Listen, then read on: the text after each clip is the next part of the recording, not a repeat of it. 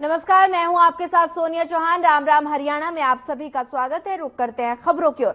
मुख्यमंत्री मनोहर लाल ने कहा कि जल्द ही हरियाणा को उसका अपना राज्य गीत मिलेगा। 15 दिसंबर से शुरू हो रहे विधानसभा के शीतकालीन सत्र में इस संबंध में प्रस्ताव रखा जाएगा। वहीं मुख्यमंत्री ने कहा कि विभिन्न प्रतियोगिताओं के माध्यम से सरकार ने 3 गीतों का चयन किया है और सदन के पटल पर तीनों गीतों को पेश किया जाएगा। मतों के आधार पर सर्वाधिक वोट मिलने वाले गीत को 1 साल के लिए राज्य गीत घोषित किया जाएगा। साथ ही उन्होंने कहा कि हमारी सरकार बनने के बाद हमने साल में कम से कम 3 विधानसभा सत्र, बजट सत्र, मानसून और शीतकालीन सत्र बुलाने सुनिश्चित किए हैं ताकि विधायकों को ज्यादा से ज्यादा भागीदारी करने का अवसर मिल सके। वहीं पिछली सरकार में तो 2 ही सत्र बुलाए जाते थे।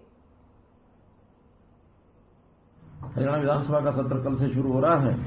आज बिजनेस एडवाइजरी कमेटी की मीटिंग होगी और बिजनेस एडवाइजरी कमेटी में ही उसका तय किया जाएगा कितनी सिटिंग्स होंगी।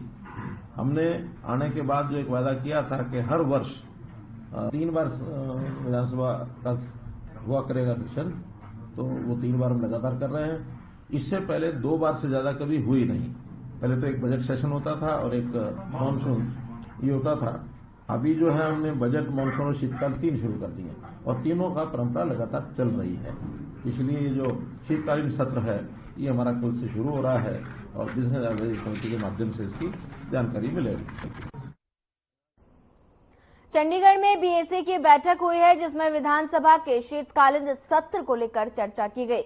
बैठक के बाद विधानसभा अध्यक्ष ज्ञानचंद गुप्ता और गृह मंत्री अनिल विज ने बैठक में हुई चर्चा की जानकारी दी, जिसमें उन्होंने बताया कि सत्र की 3 सीटिंग होगी, जिसमें नेता विपक्ष ने अवधि को बढ़ाने की मांग की थी, लेकिन सर्वसम्मति से 3 दिन पर ही फैसला फाइनल हुआ। 15, 18 और 19 को सत्र की कार्यवाही चलेगी। तो वहीं दूसरी तरफ संसद में सुरक्षा में हुई लापरवाही के बाद अधिकारियों और कर्मचारियों को सख्त हिदायत भी दी गई।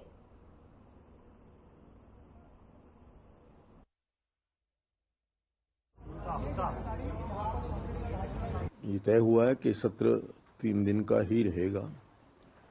उसमें जो विधायी कार्य है उसको हम पूरा कंप्लीट करेंगे। आदरणीय भूपेंद्र सिंह हुड्डा जी ने समय बढ़ाने के लिए कहा था, लेकिन ज्यादातर सदस्यों की ये राय थी कि 3 दिन का समय काफी है और इसको लेकर के ही निर्णय किया गया कि ये 3 दिन का ही सत्र रहेगा। सत्र की वही अवधि है, 15 को शुरू होगा, 16 और 17 को शनिवार और इतवार की छुट्टी है और फिर 18 और 19 को यानी सोमवार और मंगलवार को होगा। सर, नेता प्रतिपक्ष कह रहे थे कि जब बैठक होगी हम बढ़ाने की मांग करेंगे। कोई मांग की गई उनकी तरफ से? ऐसी कोई बात रखी गई? नहीं, उन्होंने की है लेकिन सर्वसम्मति से वो मानी नहीं गई। तो सत्र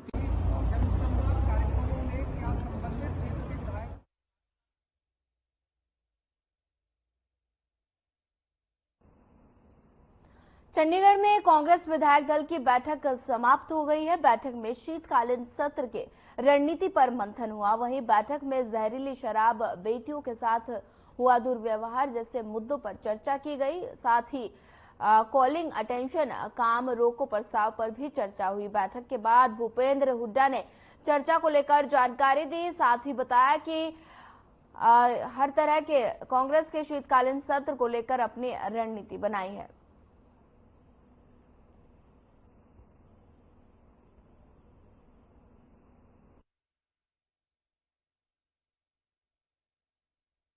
प्रदेश के ज्वलंत मुद्दे हैं, चाहे वो जहरीली शराब का हो, चाहे स्कूलों में हुआ हमारी बेटियों के साथ व्यवहार किया हो और चाहे कंपनसेशन का मामला हो।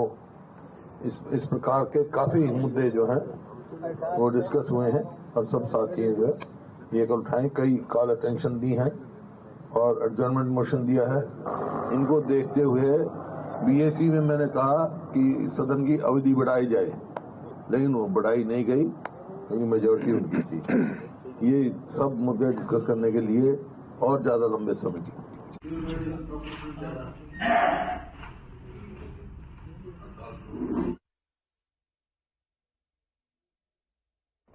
सिविल सचिवालय में गृह मंत्री अनिल विज ने पत्रकार वार्ता की और इस दौरान पंचकूला कमिश्नरेट और कमिश्नर श्रीवास कविराज और आईपीएस जश्नदीप रंधावा मौजूद रहे। आपको बता दें कि हरियाणा के कबूतरबाजी से लोग परेशान हैं और इसी से बचाव को लेकर आईपीएस भर्ती अरोड़ा के नेतृत्व में एसआईटी का गठन हुआ।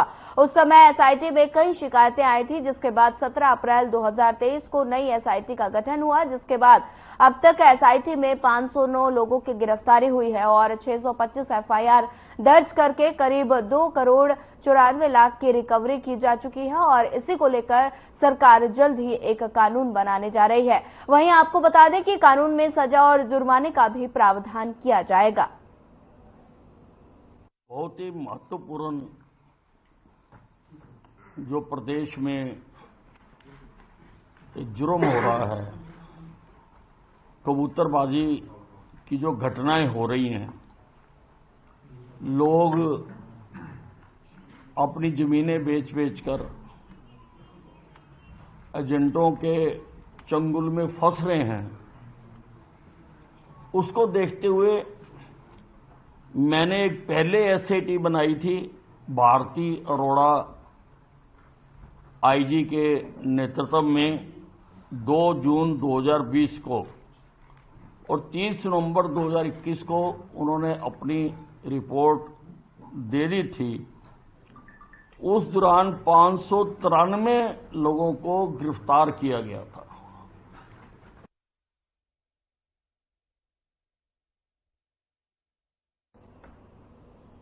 विकसित भारत संकल्प यात्रा कोसली विधानसभा के 26वें गांव बास में पहुंची और जिसमें मुख्य अतिथि कोसली विधायक लक्ष्मण सिंह यादव रहे और उनकी उपस्थिति में लोगों को सरकारी योजनाओं का सीधा लाभ मिला।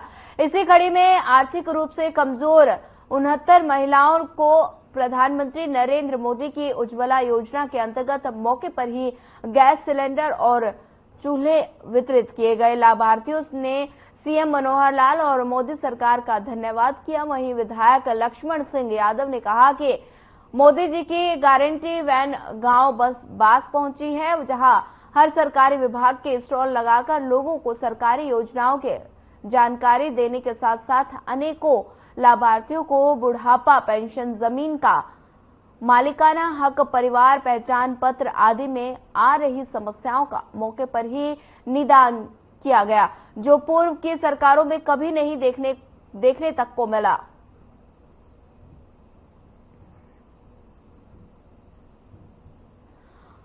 बता दें कि कोसली में विकसित भारत संकल्प यात्रा कोसली के बास गांव में पहुंची, जहां विधायक लक्ष्मण यादव यात्रा में शामिल हुए। वहीं लोगों को मिला योजनाओं का लाभ। बता दें कि मौके पर ही महिलाओं को सिलेंडर और चूल्हे वितरित किए गए। आपको बता दें कि इस यात्रा में कोसली विधायक लक्ष्मण यादव भी शामिल हुए, साथ ही लोगों को योजनाओं का लाभ मिला।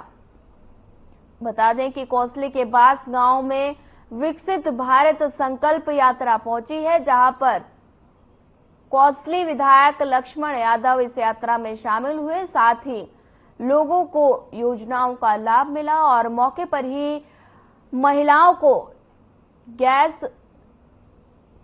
सिलेंडर और चूल्हे वितरित किए गए। बता दें कि कोसली में विकसित भारत संकल्प यात्रा पहुंची है। स्वागत गान प्रस्तुत करना चाहती हैं। मोदी जी की गारंटी वैन 26वें गांव बास में आई है और आज बहुत सारे लाभार्थियों को इसका लाभ मिला है।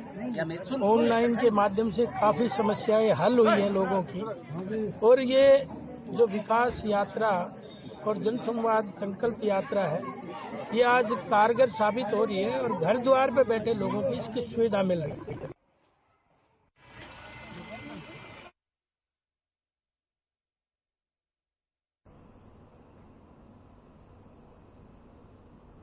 हरियाणा के यमुनानगर में 8वें दिन से लापता युवक का शव बरामद हुआ। पुलिस ने डॉक्टरों के बोर्ड से पोस्टमार्टम कराकर हत्या का मामला दर्ज कर आरोपियों की तलाश शुरू कर दी।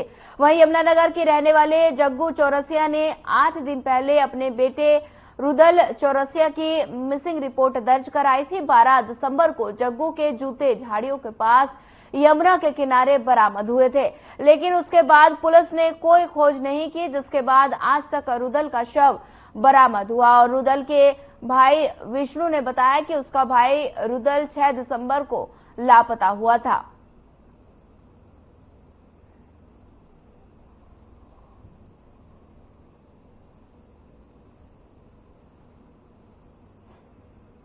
मेरा भाई 6 तारीख से 9:30 बजे से लापता हो गया था। हमने चौकी में जब रिपोर्ट लिखवाई तो बोलते हैं अभी नहीं लिखी जाएगी, 24 घंटे बाद लिखी जाएगी।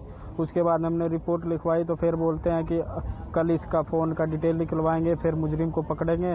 फिर इन्होंने कॉल डिटेल लिखवाई, फिर उसको नदीम है जो उसको उठाया, उठाने के बाद उसे थोड़ा बहुत पूछे, उसके बाद उसको दोबारा छोड़ दिया।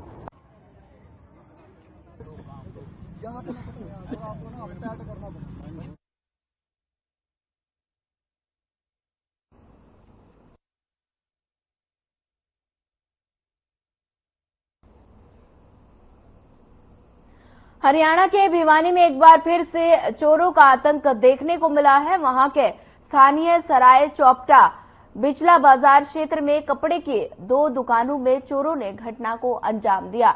घटना की सूचना मिलते ही मौके पर पुलिस पहुंच गई और आरोपियों की तलाश शुरू कर दी। वहीं इस मामले में जानकारी देते हुए दुकानदारों ने बताया कि जब उन्होंने सुबह अपनी दुकानें खोली तो उनका सामान बिखरा पड़ा था और गल्ला भी टूटा हुआ था, जिसकी सूचना उन्होंने पुलिस को दी। अगर साड़ी विक्रेता दुकानदार की माने तो उनके यहां 18 से 19 लाख रुपए की चोरी हुई है। जानकारी के मुताबिक चोरों ने छत के ऊपर से आकर वारदात को अंजाम दिया है। वहीं पुलिस ने दुकानदारों को आश्वासन दिया है कि जल्द ही छानबीन कर आरोपियों को पकड़ लिया जाएगा।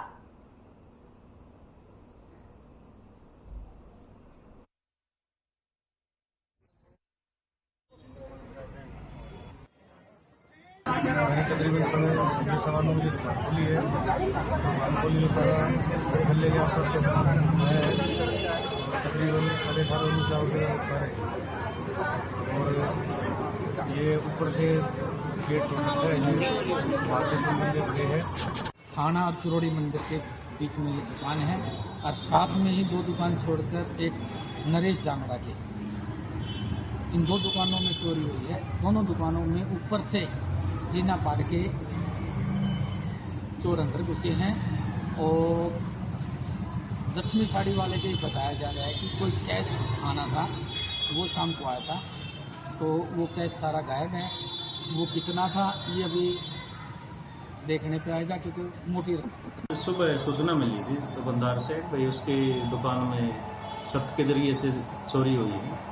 जिस सूचना पे हमने मुकम्मल किया है, अपनी टीम में बुलाई है और जिसमें कुछ क्लू मिले हैं, जिसमें उसकी शीघ्र ही उसका खुलासा कर दिया।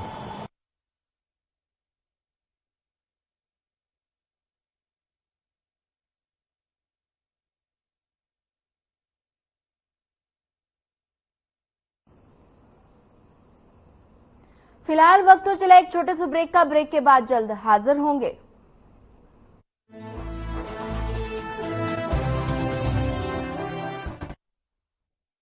Mixed with what?